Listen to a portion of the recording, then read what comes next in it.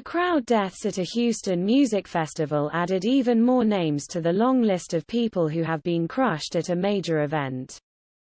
Tragedies like the one Friday night at the Astroworld Music Festival have been happening for a long time. In 1979, 11 people died in a scramble to enter a Cincinnati, Ohio, concert by The Who. At the Hillsborough Soccer Stadium in England, a human crush in 1989 led to nearly 100 deaths.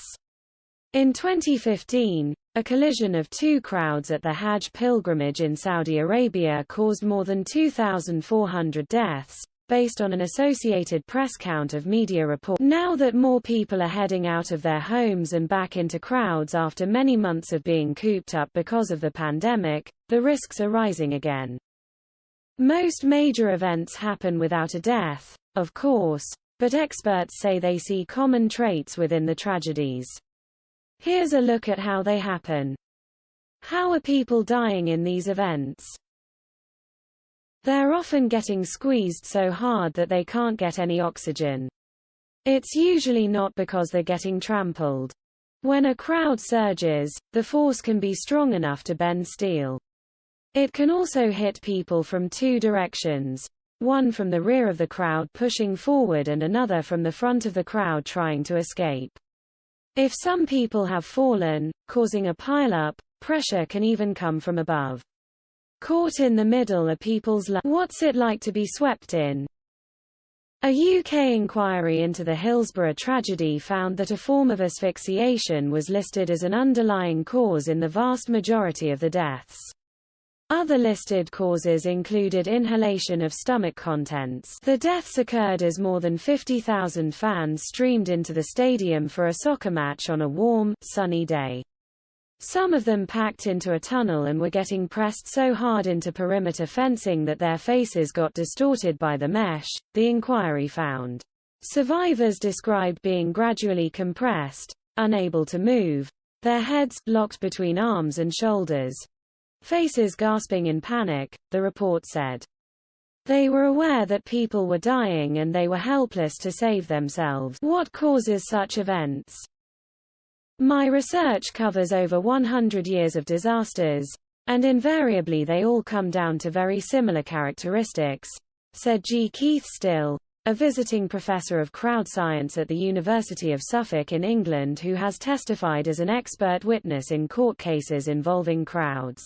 First is the design of the event, including making sure that the density of the crowd doesn't exceed guidelines set by the National Fire Protection Association and others.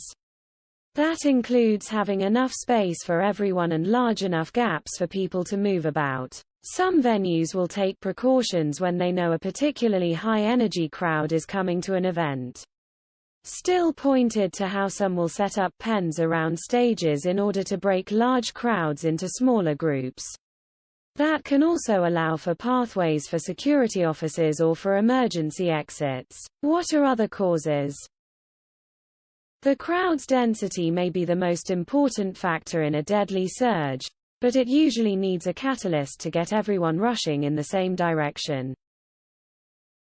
A sudden downpour of rain or hail could send everyone running for cover, as was the case when 93 soccer fans in Nepal were killed while surging toward locked stadium exits in 1988. Or, in an example that Still said is much more common in the United States than other countries, someone yells, "He has a..." Surges don't always happen because people are running away from something. Sometimes they're caused by a crowd moving toward something, such as a performer on the stage, before they hit a barrier. Still also cited poor crowd management systems, where event organizers don't have strong procedures in place to report red flags or warnings, among the reasons deadly surges happen. How has the pandemic affected things?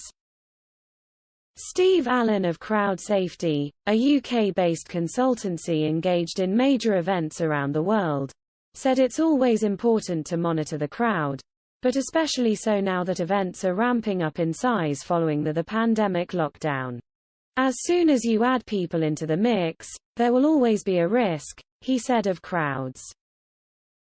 He recommends that events have trained crowd spotters with noise-canceling headsets who are in direct communication with someone in close proximity to the performer who's willing to temporarily stop the event if there's a life-threatening situation.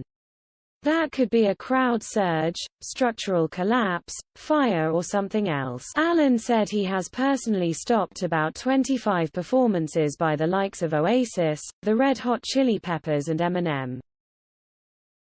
Why aren't people calling this a stampede?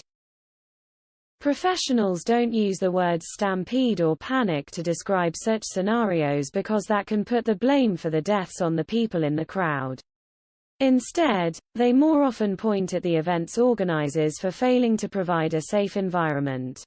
Safety has no profit, Still said. So it tends to be the last thing in the budget.